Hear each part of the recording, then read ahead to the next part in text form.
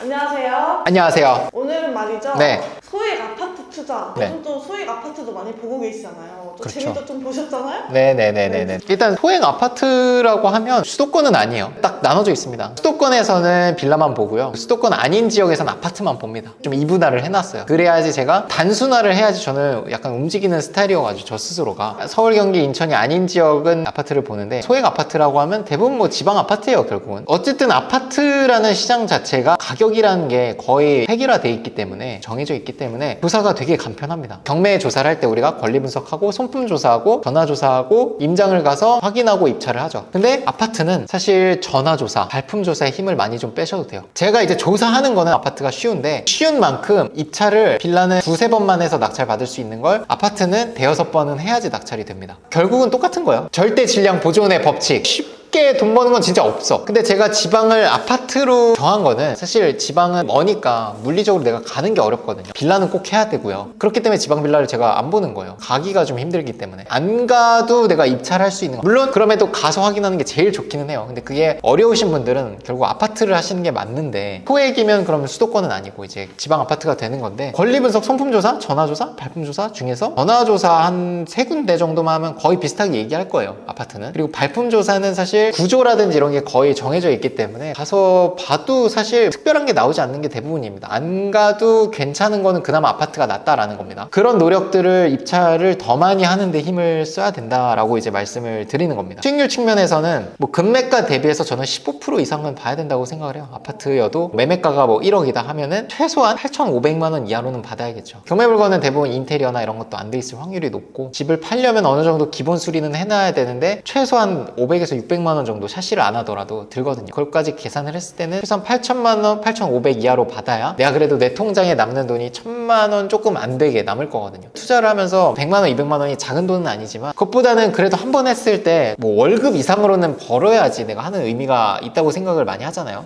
그런 측면에서는 금매가 대비 최소 15% 마진은 확보를 해야 예상치 못한 비용이 생겼을 때 그래도 큰 스트레스를 안 받고 마이너스가 나지 않을 확률이 높습니다. 임차랑 네. 매도 기간에 차이를 좀 느끼시나요? 빌라랑 아파트랑? 사실 저는 차이를 못 느껴요. 둘 다 잘 됐다. 중요한 거는 사전에 조사가 돼 있어야겠죠. 매도가 되는지 안 되는지. 매도가 된다면 내가 싼 값에 내놓으면 빌라든 아파트든 구분하지 않고 다 된다는 거예요. 그게 제가 최근 4달, 5달 동안 느낀 이제 시장에서의 분위기고 아파트라고 해서 무조건 잘 되는 것도 아니고요. 빌라라고 해서 안 되는 것도 아닙니다. 중요한 거는 아파트냐 빌라냐 이거보다는 위치라든지 동네 분위기인 겁니다. 같은 위치라고 가정을 하면 아파트가 잘 되죠. 같은 지역의 물건들만 보는 게 아니잖아요. 경매는 결국 다 보잖아요. 그 상황에서 내가 아파트만 거래가 되니까 아파트만 봐야 된다? 이거는 사실 큰 착각이고 빌라도 위치 좋은 데는 뭐 하루 이틀 만에 거래가 되기도 하고 저희 수강생은 계약 파기가 됐는데 3일 뒤에 또 다른 계약자를 만나가지고 매도를 하셨거든요. 더 높은 금액에 빌라였어요. 조사하기 귀찮으니까 아파트 딱 보이고 빌라 딱 보이고 나누고 싶은 것 같아요. 보이잖아. 거래가 되냐 안 되냐 내가 알아봐야 되거든. 그게 귀찮으니까 그냥 나누고 싶은 것 같아요. 편 나누듯이 아파트는 거래가 되고 빌라는 거래가 안 된다. 그게 선입견이 되는 것 같아요. 투자로 돈을 버는 데 있어서 그거를 일단은 깨야지 시작이 되는 것 같아요. 경매로 아파트만 고집하시는 분들이 결국 80% 이상은 낙찰을 못 받고 그냥 경쟁이 너무 심하네 이러고 나가버려요. 빌라를 보시는 분들은 결국 이제 조사를 하게 되고 블루오션을 찾게 되고 남들이 안 보는 물건들을 찾아서 단독 낙찰을 받기도 하고 하거든요. 집을 팔고 싶다 하면은 중요한 거는 전화조사해서 매매가 되는지 그것만 파악을 하시고 매매가 되는 게 얼만데 그거보다 싸게 사면 게임 끝입니다. 자, 예를 들면 유찰이 한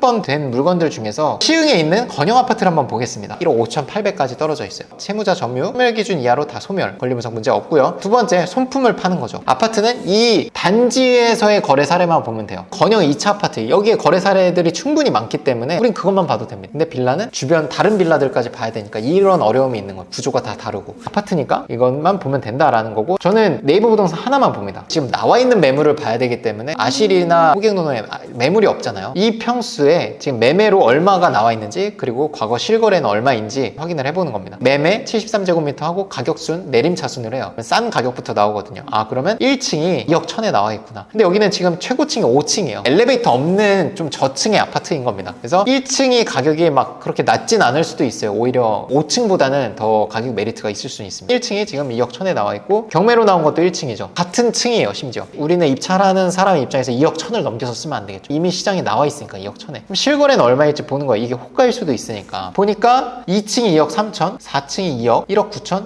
2억 3천. 등락이 좀 있는 거는 제 생각에는 그 내부 상태, 인테리어 여부라든지 집이 공실이냐 아니면 세입자가 살고 있냐 뭐 이런 조건들에 따라서 가격 차이가 좀 있는 것 같은데 5층은 확실히 가격이 싸네요. 엘리베이터가 없는 5층이니까. 1층, 2층은 제 생각에는 2억 정도로 기준을 잡아야 될 것 같아요. 시세를. 2억을 기준으로 본다면 15% 정도 잡으라고 했죠. 그러면 1억 7천 이하로 받아야 되는 거예요. 근데 지금 최저가 1억 5,800이니까 어쨌든 가격은 충분히 많이 내려가 있죠. 저 같으면은 1억 7천 이하로 생각을 할 거고 1억 7천까지 쓸 거냐 더 밑으로 갈 거냐는 좀 조사를 더 해볼 것 같기는 한데 일단 시세가 이걸로만으로도 파악이 되잖아요. 근데 우리가 빌라를 조사할 때는 어떻게 해야 되냐면 국토부 실거래가 없는 경우도 많고요. KB부동산 시세가 없다 보니까 이제 중개사들이 그걸 가지고 좀 업계약서, 다운계약서 이런 거를 많이 쓰기도 했고요. 그리고 평형대가 워낙 또 다양하기도 하고요. 그런 걸 이제 현품 팔아서 또는 발품 팔아서 조사를 해야 되는 어려움이 있기 때문에 사실 아예 생판 경매를 처음 배워가지고 아파트만 보시는 분들은 하기가 사실 어렵죠. 제가 말씀드리고 싶은 건 아파트는 시세 조사가 이렇게 간편합니다. 클릭 몇 번으로 2억짜리라는 걸 나왔고요. 그러면 2억이니까 우리는 1억 7천 이하로 써야겠다라는 결론을 내리게 됐습니다. 빌라는 지금 5분도 안 걸렸는데 이렇게 결론 내리기가 어려워요. 여러 가지 서류도 다운받아야 되고 비교해봐야 될 것도 많고 확실한 게 아니죠. 같은 빌라가 아니니까 결국 비교해서 최대한 이제 비슷한 걸로 만드는 건데 그게 이제 확정적인 건 또 아니니까 전화조사를 그만큼 더 열심히 해야 되는 겁니다. 아파트는 조사가 이렇게 간편하니 입찰자가 당연히 10명, 20명 몰리는 거죠. 한 달에 4번 이상 입찰하실 수 있는 분은 아파트를 하셔도 돼요.